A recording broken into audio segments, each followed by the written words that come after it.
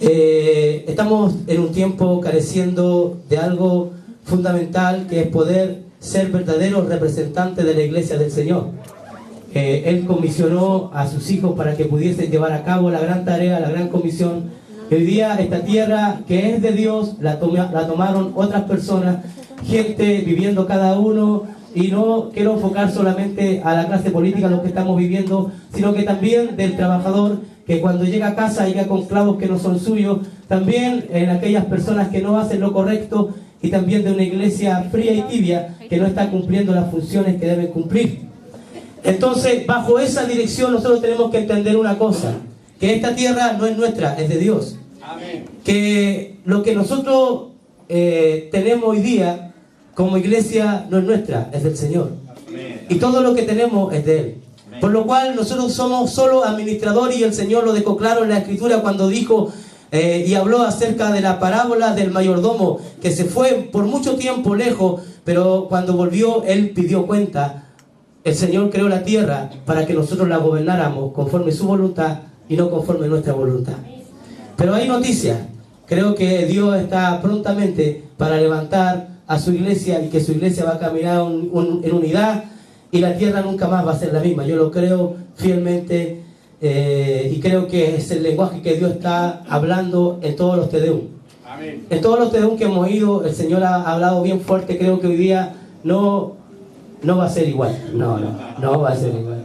Porque aprovechamos de exaltar este día a Cristo. Así que relájense, no estén examinando la palabra. Lo importante es el corazón de la palabra, que es Dios que quiere hablarnos a nosotros. Amén. Así que disfrutemos, porque el Señor cuando habla, de verdad que trae un deleite a nuestra vida y no una carga.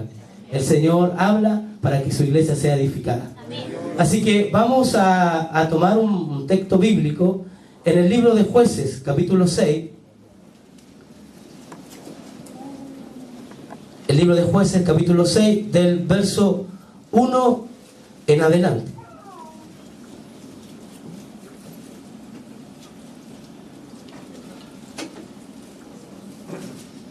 Vamos a leer en el nombre del Padre, Hijo y Espíritu Santo. Amén. Amén. Los hijos de Israel hicieron lo malo ante los ojos de Jehová, y Jehová los entregó en manos de Madián por 7 años.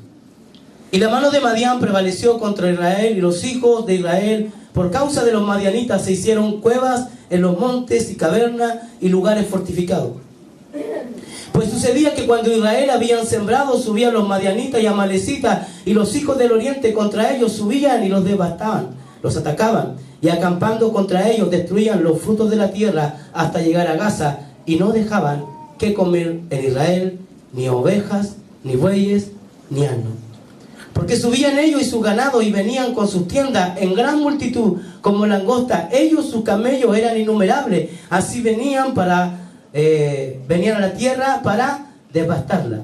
De este modo empobrecía a Israel en gran manera por causa de Madián. ¿Y me puede ayudar con esa frase que queda después del punto y coma? Y los hijos de Israel clamaron a Jehová. Amén. Una vez más, por favor. Y los hijos de Israel clamaron a Jehová. Y cuando los hijos de Israel clamaron a Jehová a causa de los madianitas, Jehová envió de los hijos de Israel un varón profeta, el cual así ha dicho Jehová, Dios de Israel: yo os hice salir de Egipto, y os saqué de la casa de servidumbre, os libré de mano de los egipcios y de mano de todos los que os afligieron, a los cuales eché delante de vosotros, y os di su tierra, y os dije: yo soy Jehová vuestro Dios, no temáis a los dioses amorreos en cuya tierra habitáis, pero no habéis obedecido a mi voz. Amén. Amén. Oremos al Señor. Padre, te damos gracias por esta palabra. Habla nuestras vidas.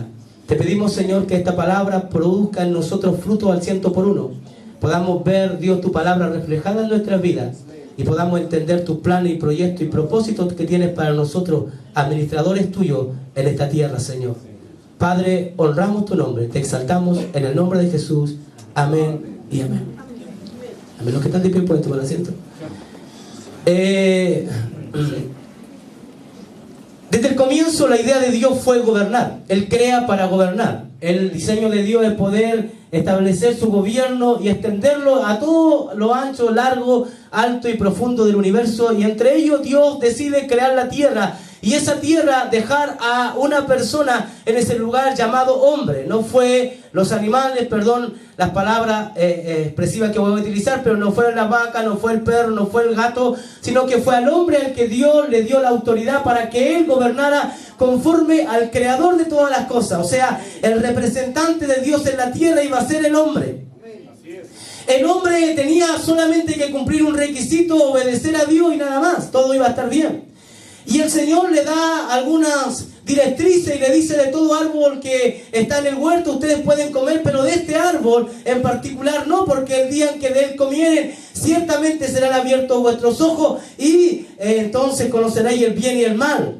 Entonces todo estaba bien hasta ese momento, y de pronto algo ocurre. El hombre es tentado por causa de la serpiente que estaba engañándole y es arrojado delante de ese lugar maravilloso llamado el huerto del Edén, el que Dios plantó para que el hombre hiciera conforme su voluntad. Vaya entendiendo esto. Y el Señor va y deja al hombre a la tierra, y en la tierra empieza a corromperse el hombre, a hacer lo que quiere, todos hacían lo que querían. Pero cuando el Señor dice: voy a raer a los hombres de la tierra, los voy a destruir, no quiero que quede nadie, porque nadie me representa, nadie está haciendo como yo quiero que hagan y nadie está oyendo mi voz. Por lo cual el Señor decide y toma una determinación para poder sacar y raer al hombre de la tierra. Pero dice la Escritura que Noé halló gracia ante los ojos de Dios. Y Dios, por causa de Noé, decide prolongar las generaciones y llama a Noé y le dice: construye un arca. Y usted sabe la historia. Pero luego de Noé, el hombre que oía a Dios, el hombre que era temeroso, la tierra se empezó a multiplicar, el hombre en la tierra, y la maldad también con el hombre. Y hubo paganismo, y hubo maldad, todo era terrible. Y en medio de la nación más corrompida, más perversa, más mala, Dios decide llamar a un hombre llamado Abraham. Y le dice: Abraham, sal de tu tierra y de tu parentela, porque haré de ti una nación grande, te bendeciré, engrandeceré tu nombre y serás bendición. Pero dice algo poderoso: y serán benditas en ti todas las familias de la tierra. Amén. Abraham toma la decisión, sale de tierra de Ur de los Caldeos, de la tierra pagana, y va a la tierra desconocida, a la tierra que él no sabía cuál era, pero era una tierra particular, una tierra que estaba seca, estaba desértica, una tierra que no tenía árboles ni nada. Pero cuando pasan los años y Abraham, las generaciones de Abraham heredan la tierra, era una tierra, usted sabe la historia, estoy avanzando muchos más años, que cuando la conquistaron fluía leche y miel. ¿Sí? Y el pueblo de Dios, después de los 400 años, está a los 40 años en el desierto, llega a la tierra donde fluía leche y miel, la tierra bendita, la tierra prometida, la tierra que en algún momento fue desértica, ahora es una tierra próspera y bendecida. Y en esa tierra Dios lo hizo habitar, conquistaron ciudades, conquistaron los reinos, sacaron a los amorreos, a los heteos. Y los pastores, es cierto que saben lo que dice después: y a todos los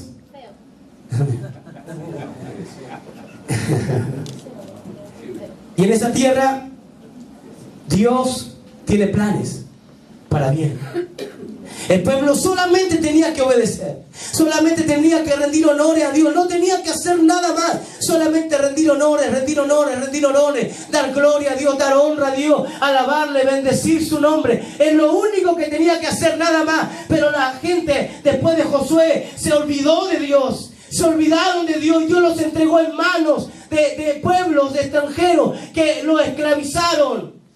Y pasaron años en esclavitud y clamaban a Dios y Dios les respondía. Clamaban a Dios y Dios les respondía. Luego el libro de los Jueces nos habla acerca de que cada uno vivía como ellos querían vivir. Y en el tiempo de Gedeón, dice la Escritura que era terrible, porque Israel, el poderoso Israel, el grande Israel, el temible Israel, ese que cuando vino Ra y les dijo a los espías: nosotros hemos oído lo que Jehová ha hecho y tenemos miedo. Y por causa, hermanos, de los israelitas, el rey de Jericó mandó a construir ese tremendo muro.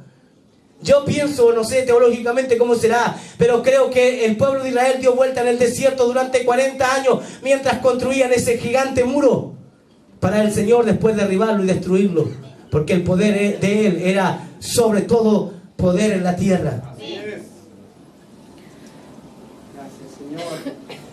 Quiero que vaya junto conmigo en este recorrido para llegar a lo que Dios quiere hablarnos el día de hoy. Gedeón está en un lapso, en un tiempo, dice que los madianitas por 7 años estaban atacando y Israel estaba pobre, Israel estaba viviendo miseria, estaban escondidos. Israel no era el poderoso Israel, Israel no tenía al Dios, o no manifestaban al Dios de ellos, estaban pobres, estaban arrancando, escondidos en cuevas, en tabernas. Venían los amalecitas, los madianitas, y le quitaban la comida a Israel, y en otras palabras, no dejaban a Israel con nada. El pueblo de Dios estaba escondido. El pueblo de Dios no tenía voz. El pueblo de Dios no tenía voto. El pueblo de Dios estaba realmente viviendo el peor tormento de su vida. Ellos necesitaban la manifestación de Dios. Ellos necesitaban que Dios se acercara, que Dios viniese. No había vaca, no había oveja, no había nada, no había bueyes, no había nada. Todo se lo habían quitado.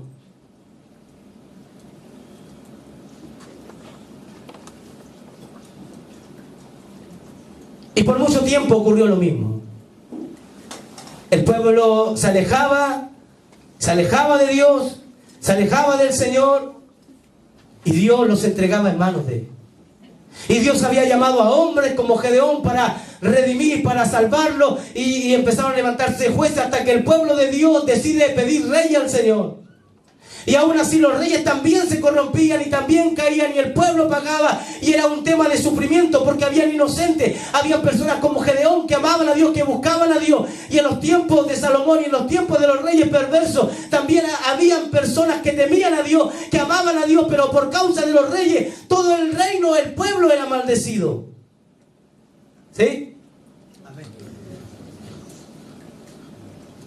Pero Dios decide hacer algo diferente.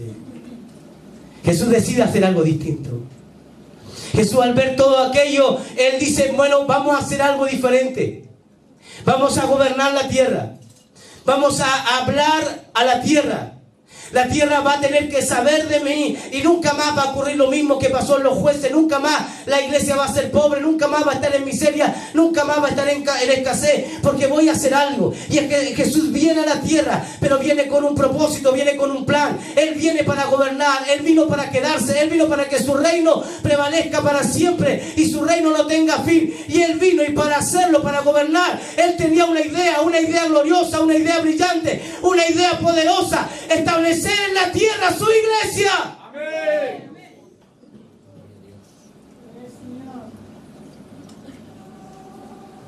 No había ni iglesia antes.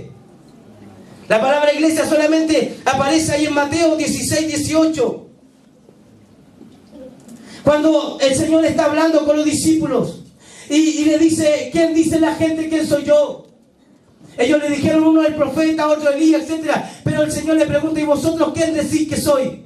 Pedro dijo: tú eres el Cristo, el Hijo del Dios viviente. Y Cristo es el Rey ungido. Tú eres el Cristo, el Hijo del Dios viviente.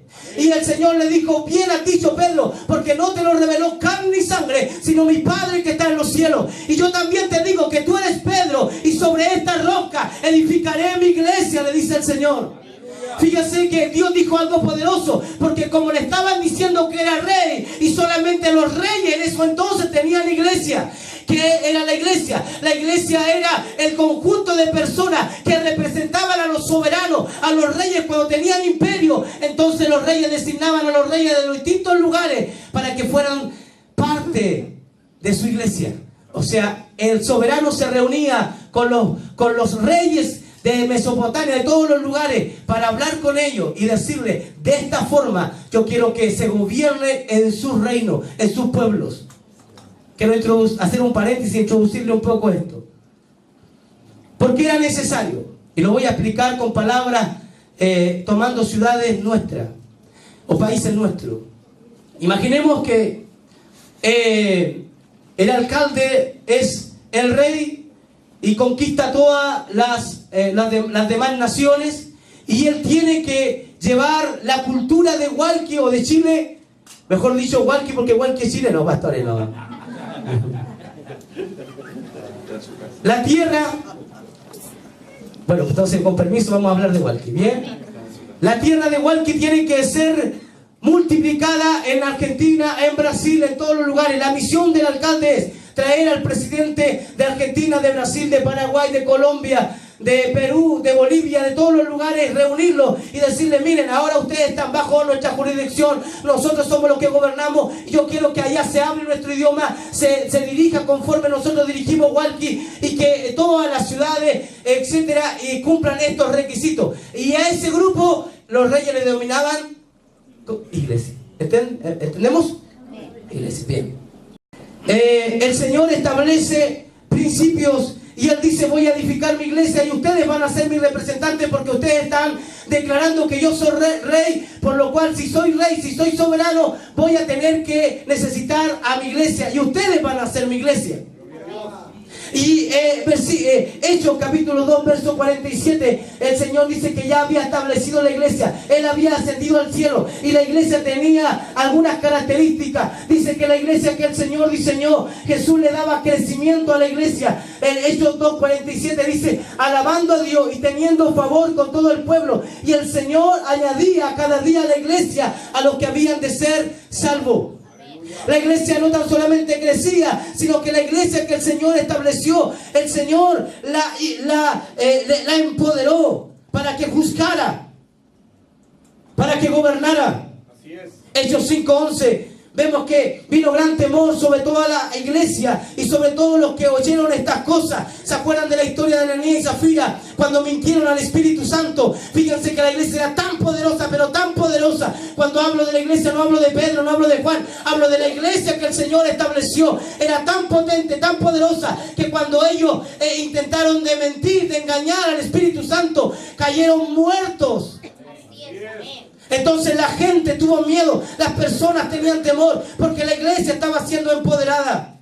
4. La iglesia fue perseguida. Hechos 8:1 y al 3 dice que fue perseguida, pero a la vez que fue perseguida, la iglesia tuvo victoria. Mientras Pedro estaba en la cárcel, dice la escritura, mientras la iglesia estaba predicando la palabra, evangelizando, vino la persecución. Hechos capítulo 8, 1 al 3 habla acerca del gran perseguidor de la iglesia. ¿Quién era? Saulo. Me dan un segundo, por favor.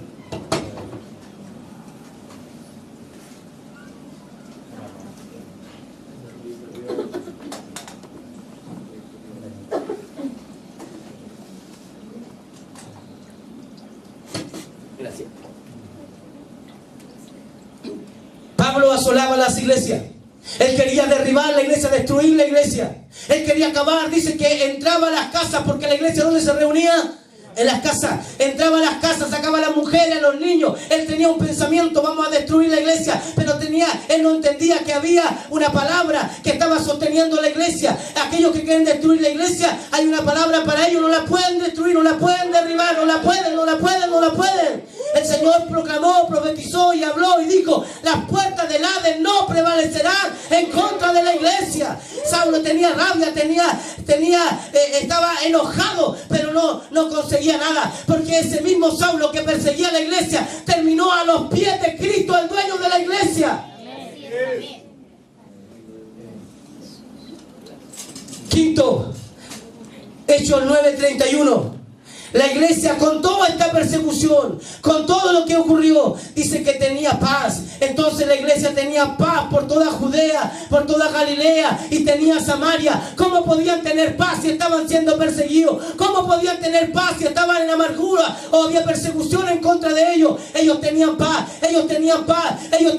porque Dios les traía la paz a ellos. Ellos estaban confiados, ellos estaban seguros, ellos sabían que nada lo iba a derribar, ellos sabían que la persecución se iba a acabar y que la iglesia iba a alumbrar en la tierra. Ellos lo sabían. A pesar de la persecución se añadían.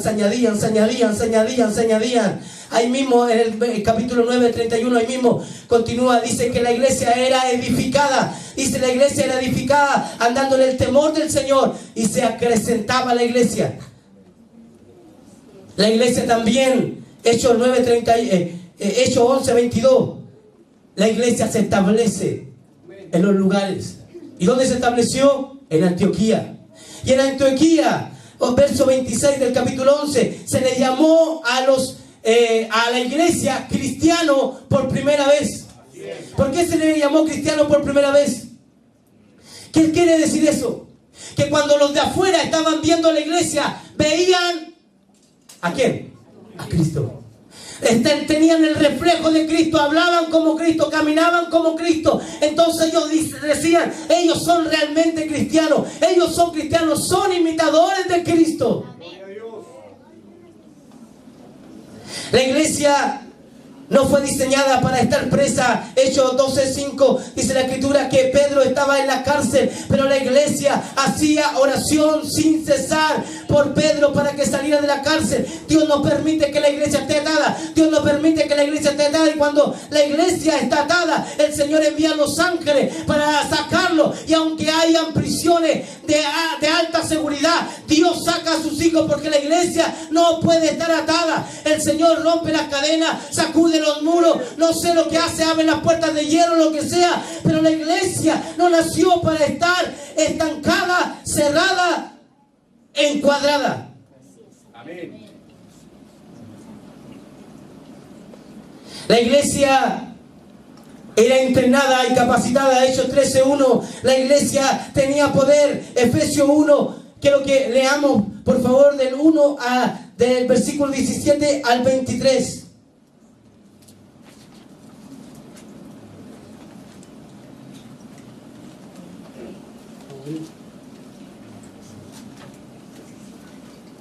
¿Ah? Bien.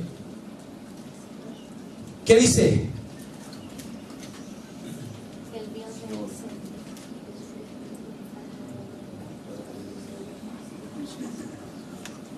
Amén.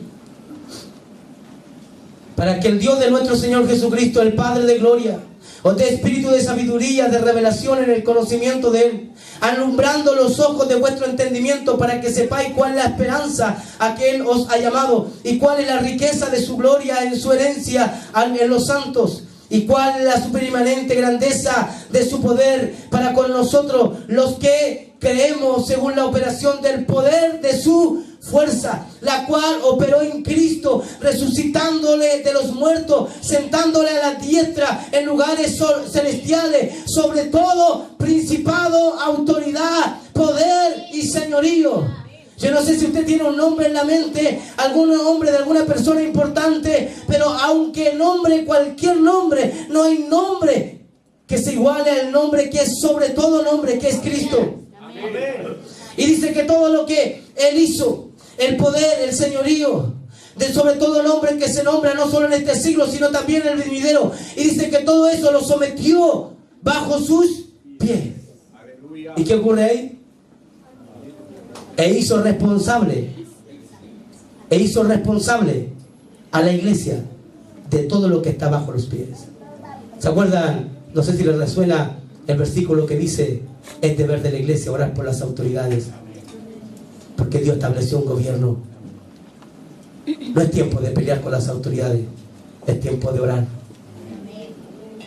porque la iglesia, aun cuando les cuesta a la autoridad entender, pero algunos sí lo entienden, en el fondo y en la realidad es que este mundo está vivo todavía por causa de la iglesia. Es la iglesia la que tiene que brillar, es la iglesia la que tiene que levantarse, es la iglesia la que tiene el poder, la que tiene el señorío. Amén. ¿Por qué? Porque la iglesia es su cuerpo. La iglesia es su cuerpo. La iglesia es su cuerpo. O sea, cuando el Señor habla de su iglesia, habla de un cuerpo. Él gobierna, no por un hombre, sino por el cuerpo. Y fíjense que lo lindo es esto, que mírense un momento. Ustedes son parte de la iglesia. La iglesia la componen miembros, cuerpos. Todos formamos parte de la iglesia del Señor. Si hoy estuviésemos reunidos en este lugar, gente de África, gente de Alemania, de todos los países del mundo, todos hablaríamos lo mismo, porque somos parte de un cuerpo. Cuando usted viaja a otra nación, a otro país, usted se va a encontrar con la realidad de que son hermanos, porque son parte de un cuerpo.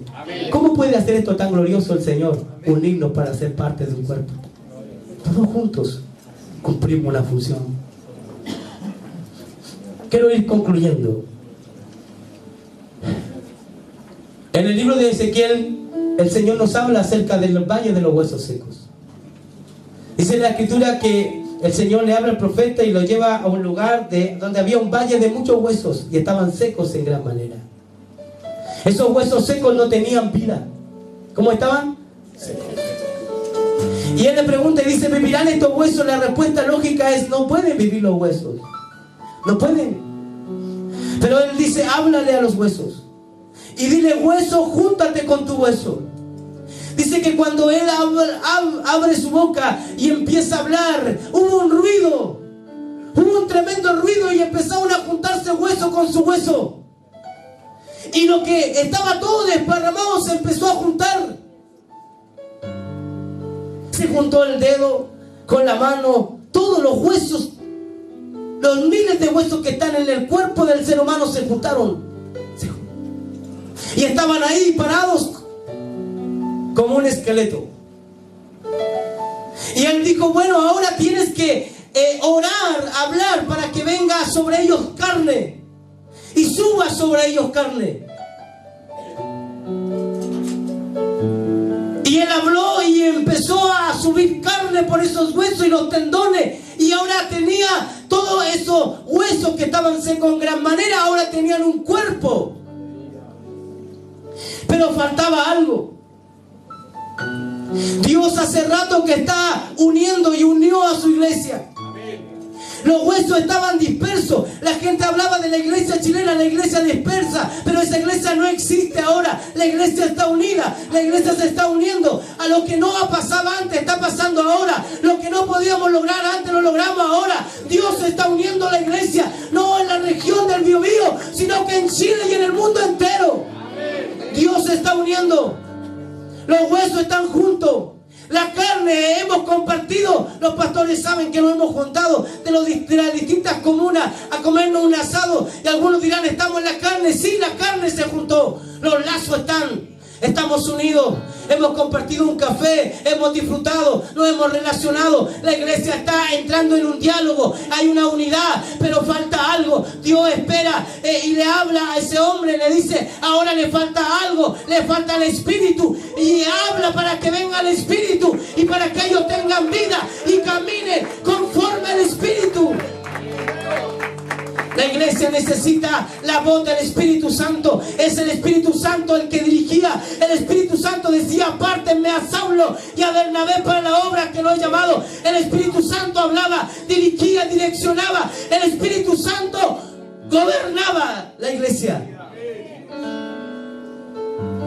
Por eso que cuando hablamos de la iglesia antigua, el alcalde seguramente conoció esa iglesia antigua, la iglesia del avivamiento, la iglesia antigua que dice que yo no la viví, no la alcancé a vivir, porque estuve en el mundo, no conocí la iglesia, pero dicen lo antiguo, que era una iglesia poderosa, que cuando usted iba a una iglesia del campo, usted entraba y ya te descubrían todo y te decían cómo venía y todo, y la gente tenía respeto y tenía miedo. Yo no quería ir a la iglesia, tengo que confesarle, porque una vez mi madre me contó que en la iglesia había aparecido una bruja y yo era muy miedoso, y dijo que vino un profeta y le habló a la bruja y saltó la bruja para afuera. Imagínense, yo no quería ir nunca más a una iglesia a tomarme con una bruja. La iglesia era poderosa, la iglesia tenía autoridad, la iglesia tenía señorío, la iglesia gobernaba. Es más, les quiero hablar de algo. en Chile. Fíjense que hasta Bernardo O'Higgins, él tenía un misionero a su lado para trabajar con él. Los grandes gobernantes de nuestra nación tuvieron a hombres de Dios que gobernaban, que ellos le pedían ideas. Fueron los que levantaron colegios en Chile y en muchos países del mundo. Eran misioneros, eran hombres de Dios. Los que trajeron las grandes empresas no fueron personas de afuera, eran hombres de Dios que amaban a Dios, y Dios les dio el poder para hacer la riqueza, y ellos establecieron grandes reinos en el mundo. Si no, vayamos a dar un paseo a Estados Unidos y veremos guerreros de Dios, hombres que amaban a Dios y que establecieron a Dios como el gobernante de una nación. La iglesia es poderosa. Lo último, Efesios 3, 8 al 13.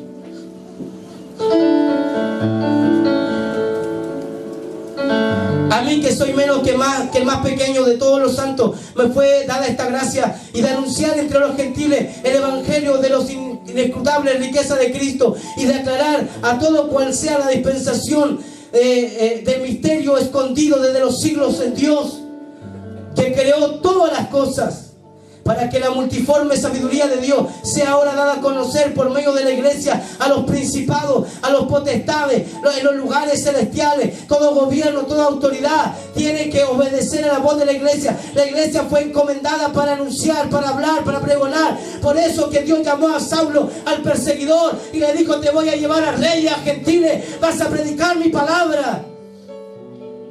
La palabra del Señor no es dañina, no hace mal, al contrario, cambia nuestra vida. Nuestra vida estaba destruida, estaba vacía. Jesús nos dio el mejor regalo en habernos escogido, habernos llamado.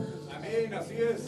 Conforme al propósito eterno que hizo en Cristo Jesús nuestro Señor, en quien tenemos seguridad y acceso con confianza por medio de la fe. Por lo cual pido que no desmayéis a causa de mis tribulaciones. No desmayéis, iglesia, a causa de lo que estás viviendo. No desmayéis. Hemos enfocado mucho tiempo pensando en el problema, en la añadidura, pero el Señor quiere que nos enfoquemos en su cuerpo. Somos parte de un cuerpo. La iglesia de Dios tiene que levantarse en Chile. Tiene que levantarse la iglesia poderosa. Tiene que caminar esa iglesia que le hará bien a nuestra nación.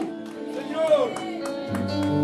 Le hará bien a nuestras autoridades, porque va a haber una iglesia que está orando por ellos. Le va a ir bien a los hijos de ellos y a los nietos de ellos. ¿Por qué? Porque la iglesia está orando, y cuando la iglesia ora, hay paz en la tierra.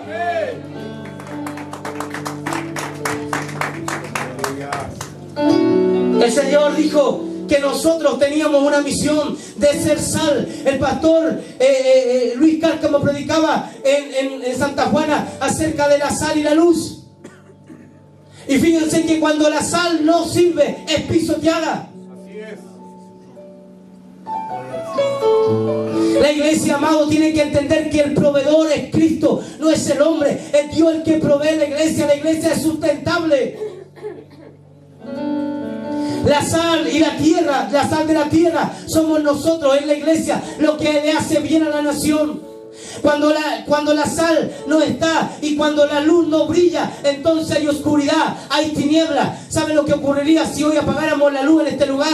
No veríamos nada. Usted tendría todo oscuro a su alrededor. Yo le diría: hermano, ¿saben qué? Hay una bandera aquí, hay un teclado en este lugar, hay un bajo ahí. Y usted me diría: no, yo no veo nada, no, es imposible. Sí, le diría yo: miren, es más, hay una guitarra, hay una batería, está el alcalde, está el diputado, están las autoridades, están los presidentes. No, yo no veo nada. Yo creo que no hay nadie aquí. Eso es lo que hace la oscuridad. No nos deja ver el poder de Dios. No nos deja ver el poder de Dios. Por eso la gente no puede ver. Pero cuando empieza a brillar la luz, la iglesia de Cristo, entonces todo sale a la luz y el mundo puede ver.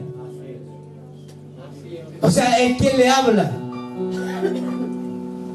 Del año 98 hacia atrás, solamente vivía en la oscuridad, en tiniebla. No voy a hablar del testimonio, pero vivía en tiniebla y apareció la luz.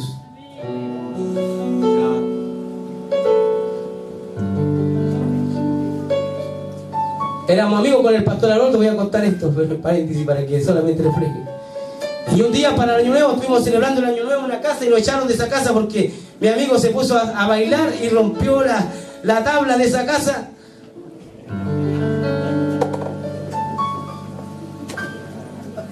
Las tinieblas hacen daño. Amén. Las tinieblas hacen daño al matrimonio, hacen daño a la relación padre-hijo, las tinieblas, porque no podemos ver el amor de Cristo. Es por eso que la iglesia necesita brillar.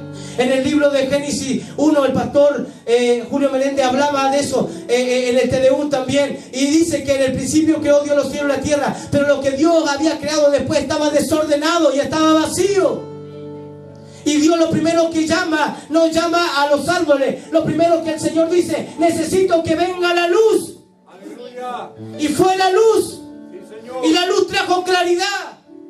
Necesitamos claridad. Yo quiero ir terminando, pero quiero decirle algo. La iglesia es poderosa. La iglesia nunca será derrotada. La iglesia debe caminar como cuerpo. La iglesia tiene un solo lenguaje. La iglesia tiene un solo propósito. La iglesia nació para conquistar. La iglesia tiene todo el respaldo del cielo. El Señor dijo: toda autoridad me es dada en los cielos y en la tierra. Por tanto, vayan. Yo les doy autoridad, yo les doy autoridad. El mundo, ¿sabe lo que necesita? No necesita leyes, no necesita los diputados como el diputado Chávez que defendía la ley de aborto. La iglesia, o el mundo, perdón, necesita el despertar de la iglesia de Cristo, el despertar de aquellos que oran, de aquellos que buscan, de aquellos que van a entrar a su pieza, a su cuarto y a decir: Señor, te queremos ver brillar en la nación, te queremos ver brillar en la tierra, te queremos ver brillar. Señor. Señor. El conocimiento está, las estrategias, todo está. El Señor, amado hermano, lo único que necesita, alguien que esté dispuesto a obedecerle. Y listo. Nos escondimos por mucho tiempo. Nos alejamos por mucho tiempo. Pero hoy es el tiempo de la iglesia. Amén. El deseo de las autoridades es que la iglesia se levante. Como pastor está diciendo, es que la escritura me dice que la tierra gime por causa de la manifestación de los hijos de Dios. La iglesia tiene que despertar. Y está despertando. Está rugiendo. Se viene un buen tiempo para nuestra nación. La iglesia es enviada como luz, como sal. La iglesia milagrosamente es un organismo vivo. La iglesia tiene acceso al trono. La iglesia posee autoridad. Así es. La iglesia gobierna y juzga. Y se le concedió a la iglesia el poder para atar y para desatar. Concejales, diputados, alcalde, candidatos,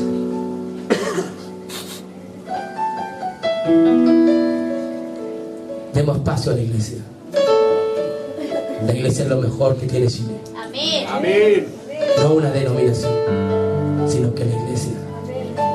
Si el Señor o la iglesia no me hubiese alcanzado, puede que ustedes, más de alguno, me hubiesen tenido que demandar. Porque cuando uno en tiniebla, anda en tiniebla, hace daño. Yo no sé que esto es lo mejor que me pudo haber pasado. A Cristo necesitamos. Necesitamos a Jesús. Necesitamos a Jesús. Lo necesitamos más fuertemente. ¿Saben cuándo la iglesia va a despertar? Cuando deje de ser tibia. Amén. Yo un día cometí algo que después me arrepentí un poco.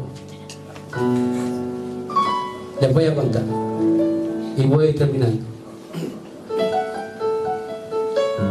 Como venía del cerro, estuve 40 días en el cerro, venía con ganas de pillarme a un paralítico y decirle: levántate en el nombre del Señor, pero no me pillé ninguno. Pero me encontré con el alcalde. Y le dije a la señora Ruth: muchas gracias, pastor. El alcalde iba a suspender el evento, ¿se acuerdan? Dígale al alcalde. Yo estaba todo bajo la unción del Señor. Dígale al alcalde que no suspenda el desfile, porque no va a llover.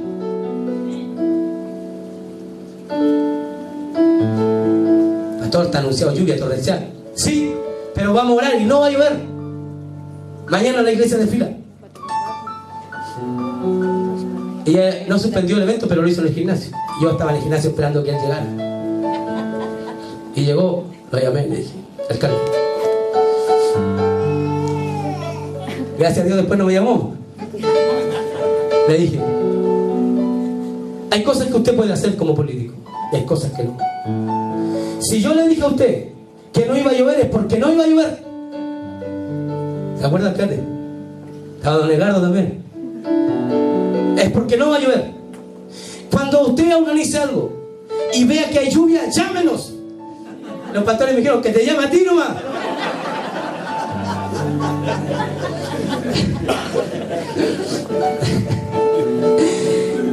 La iglesia es poderosa. Y no llovió ese día. Pero antes de terminar cayó una nubada. Y la señora Ruth me dijo, pastor, usted tiene toda la razón. No llovió. Pero pegó una nubada. Sí, le dije yo, pero eso es el poder de Dios para demostrar que así va a pasar. Pero no pasó, le dije. Dios es poderoso. Dios debe reinar. ¿Saben? Es fácil hacer lo que queremos. Es fácil no unirlo. Qué lindo que vengan de Tomé, que vengan de Talcahuano, de Santa Juana, de Chihuayante. Qué lindo que vengan de todos los lugares. Es fácil haberse quedado en casa. Pero qué lindo es poder decir, Señor, te obedezco. Quiero ser parte de tu iglesia. Este país, lo único que necesita, una iglesia de rodillas. Los tiempos de Geón, y vuelvo al comienzo, estaban pobres. Nadie los tomaba en cuenta. Se aprovechaban de ellos. ¿Sabe usted que la iglesia hace un poco años atrás nomás que pedía limón a los políticos? Eso se acabó. Amén. Amén. La iglesia es sustentable. Amén. La iglesia se sustenta sola. Cristo la sustenta. Amén. Ellos no necesitan personas que le estén pidiendo. Ellos necesitan personas que oren. Cuando algunos dicen, usted habla bien de las autoridades por un mandato del Señor. Soy obediente a la palabra del Señor. Y sé que si yo no oro, a ellos les va a ir mal. Vamos a orar por nuestro Chile. Vamos a orar por nuestra nación. Iglesia amada, el tiempo de despertar ha llegado. Pónganse en pie.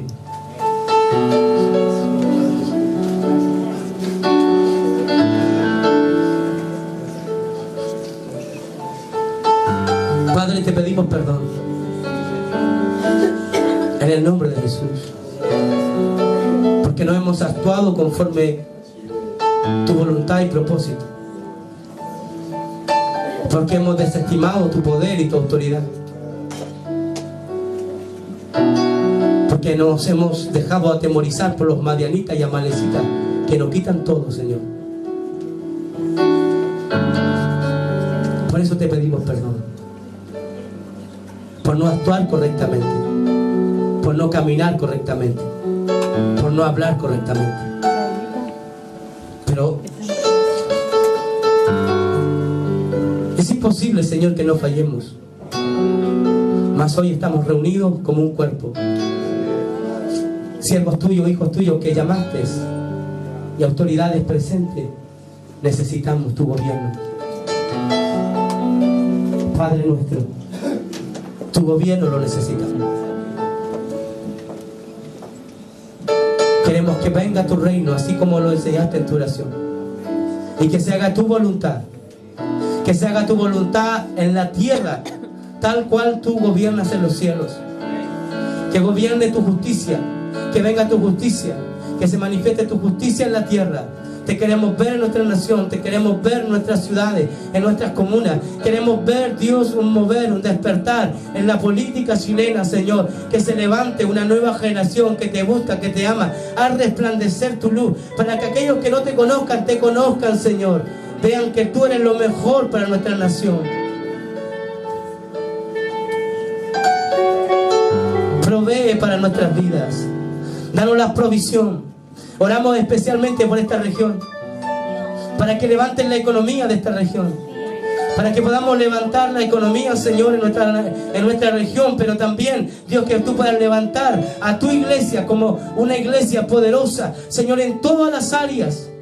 Oramos por los candidatos, Dios, que tienen en su corazón el poder presentar, Dios, su candidatura en estas elecciones. Oramos, Dios, para que tú los posesiones. Oramos para que la iglesia se levante, Dios eterno, para que podamos levantar esa voz en nuestra nación. Pero, Señor, en todas las áreas de la vida, Señor, sobre todas las cosas te pido que esta unidad pastoral, que esta unidad ministerial, que esta unidad sea cada vez más fuerte. Y que Dios, como en los tiempos antiguos hablaste con un hombre, ahora hablas con la iglesia. Y esta palabra que estamos escuchando, sin duda alguna, creemos que en muchos lugares se está dando, Dios, porque cuando tú hablas un mismo lenguaje en distintos lugares, porque es tu iglesia, Dios. Padre, estamos dispuestos a escuchar tu voz y a caminar en tu voluntad como iglesia tuya, en el nombre poderoso de Jesús. Amén y amén. Amén. Den un aplauso al Señor. Dios es bueno, para siempre es su misericordia y su fidelidad.